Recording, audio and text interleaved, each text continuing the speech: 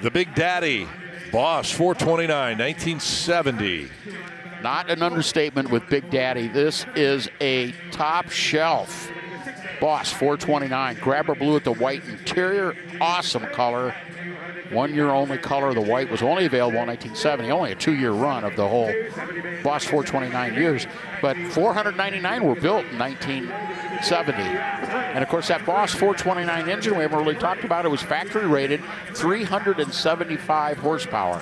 Yep. That was the rating. Now the problem is to get this car, get that engine in the car required heavy modifications. Ford couldn't do it on the production line or decided not to. They outsourced it. So they were modified by the folks at Kar Kraft in Michigan.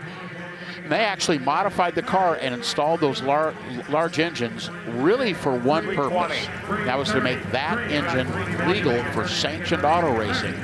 So there was enough production that it fit their, okay, yeah, it's a production engine. Yeah. That's the story. And you know, every color that year was a 1 year only because they had 5 colors in 69, 5 in 70. Yep. And neither year had the same one as the other.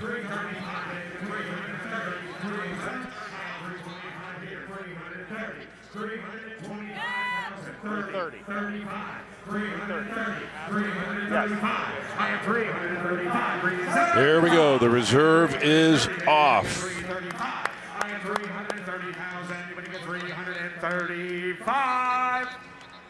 Looks like the internet's going to get it. And they do.